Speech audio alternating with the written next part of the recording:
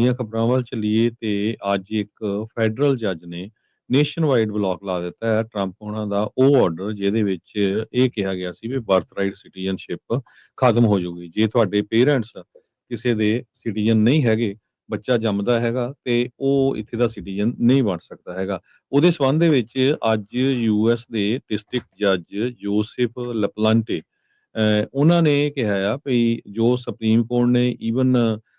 ਪਿਛਲੇ ਮਹੀਨੇ lower court ਦੇ ਜਿਹੜੇ ਜੱਜਸ ਆ ਉਹਨਾਂ ਦੀਆਂ ਪਾਵਰਸ ਨੂੰ ਜਿਹੜਾ ਕੱਟ ਕਰ ਦਿੱਤਾ ਸੀ ਜੋ ਨੇਸ਼ਨ ਵਾਈਡ ਇੰਜੈਕਸ਼ਨ ਲਾ ਰਹੇ ਸੀ ਤੇ ਉਹਦੇ ਸੰਬੰਧ ਦੇ ਵਿੱਚ ਉਹਨਾਂ ਨੇ ਕਿਹਾ ਵੀ ਜਿਹੜੀ ਰਿਕੁਐਸਟ ਹੈਗੀ ਆ ਇਮੀਗ੍ਰੇਸ਼ਨ ਰਾਈਟਸ ਅਟਾਰਨੀਜ਼ ਦੀ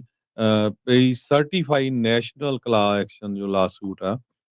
ਤੇ ਉਹ ਇਹ ਕਹਿੰਦੇ ਵੀ ਜੋ ਲੋਕਾਂ ਦੀ ਸਿਟੀਜ਼ਨਸ਼ਿਪ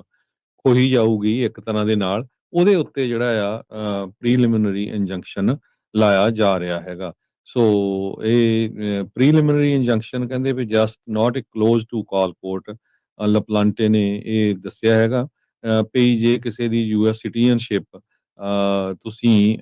ਲੈ ਲੈਂਦੇ ਆ ਇਹ ਇੱਕ ਬਹੁਤ ਵੱਡਾ ਜਿਹੜਾ ਕਦਮ ਹੁੰਦਾ ਹੈਗਾ ਆ ਕਹਿੰਦੇ ਵੀ ਯੂਐਸ ਦੀ ਜਿਹੜੀ ਸਿਟੀਜ਼ਨਸ਼ਿਪ ਆ ਜੱਜ ਨੇ ਇਹ ਕਿਹਾ ਵੀ ਇਹ ਗ੍ਰੇਟੈਸਟ ਪ੍ਰਿਵਿਲੇਜ ਆ ਦੁਨੀਆ ਦੇ ਵਿੱਚ ਜੋ ਇੱਥੇ ਐਗਜ਼ਿਸਟ ਕਰਦੀ ਹੈਗੀ ਆ ਇਸ ਜੱਜ ਨੂੰ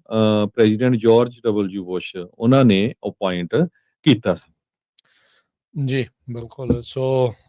ਇਹ ਸਾਰਾ ਕੁਝ ਜਿਹੜਾ ਉਹ ਚੱਲ ਰਿਹਾ ਆ ਸੁਪਰੀਮ ਕੋਰਟ ਦੇ ਹਾਲ ਦੀ ਘੜੀ ਬਰਥਰਾਈਟ ਸਿਟੀਜ਼ਨਸ਼ਿਪ ਦੀ ਜਿਹੜੀ ਸੰਵਿਧਾਨਿਕ ਤੌਰ ਦੇ ਉੱਤੇ ਵੀ ਉਹ ਠੀਕ ਆ ਜਾਂ ਗਲਤ ਆ ਉਸ ਦੇ ਉੱਤੇ ਨਿਰਣਾ ਜਾਂ ਫੈਸਲਾ ਆ ਉਹ ਲੈਣਗੇ ਦੱਸਿਆ ਜਾ ਰਿਹਾ ਵੀ ਅਕਤੂਬਰ ਦੇ ਮਹੀਨੇ ਦੇ ਵਿੱਚ ਸੋ ਇਹਦੇ ਵਿੱਚ ਜਿਹੜੀਆਂ ਚੇਂਜਿਸ ਆ ਉਹ ਆ ਸਕਦੀਆਂ ਆ ਇਹ ਇੱਕ ਡਿਫਰੈਂਟ ਮਾਮਲਾ ਜਿਹੜਾ ਉਹ ਬਣੇਗਾ ਸੋ ਉਹ ਕਿੱਦਾਂ ਦੀ ਰਹੂਗੀ ਸਿਚੁਏਸ਼ਨ ਉਹ ਦੇਖਣ ਵਾਲੀ ਗੱਲ ਆ ਪਰ ਇਸ ਤੋਂ ਪਹਿਲਾਂ ਜਿਹੜਾ ਹਰਜੋਤ ਸਿੰਘ ਜੀ ਉੱਦਾਂ ਬੜੀ ਅਚੰਭੇ ਵਾਲੀ ਗੱਲ ਹੀ ਆ ਕੁਝ ਸਮਾਂ ਪਹਿਲਾਂ ਹੀ ਜਿਹੜੇ ਸੁਪਰੀਮ ਕੋਰਟ ਆ ਉਹਨਾਂ ਨੇ ਇਹ ਫੈਸਲਾ ਦਿੱਤਾ ਸੀਗਾ ਵੀ ਜਿਹੜੀਆਂ ਹੇਠਲੀਆਂ ਅਦਾਲਤਾਂ ਦੇ ਪਰਖ ਉਤਰਤੇ ਸੀਗੇ ਵੀ ਉਹ ਨੇਸ਼ਨ ਵਾਈਡ ਇੰਜੰਕਸ਼ਨਸ ਨਹੀਂ ਲਗਾ ਸਕਦੇ ਸੋ ਇਹ ਹੁਣ ਜਿਹੜੇ ਫੈਡਰਲ ਜੱਜ ਦੇ ਦੁਆਰਾ ਜਿਹੜਾ ਨੇਸ਼ਨ ਵਾਈਡ ਬਲੌਕ ਆ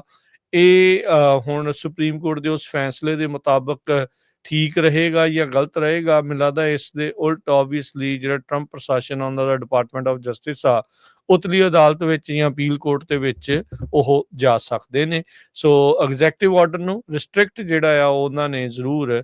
ਕਰ ਦਿੱਤਾ ਹੈ ਇਸ ਫੈਡਰਲ ਜੱਜ ਨੇ ਪਰ ਹੁਣ ਇਸ ਦੇ ਉੱਤੇ ਚਰਚਾ ਜਿਹੜੀ ਇਹ ਰਹੂਗੀ ਵੀ ਇਹ ਸੁਪਰੀਮ ਕੋਰਟ ਦੇ ਆਏ ਲੇਟੈਸਟ ਫੈਸਲੇ ਦੇ ਮੁਤਾਬਕ ਉਸ ਨਾਲ ਤਵੱਕੋ ਰੱਖਦਾ ਆ ਜਾਂ ਨਹੀਂ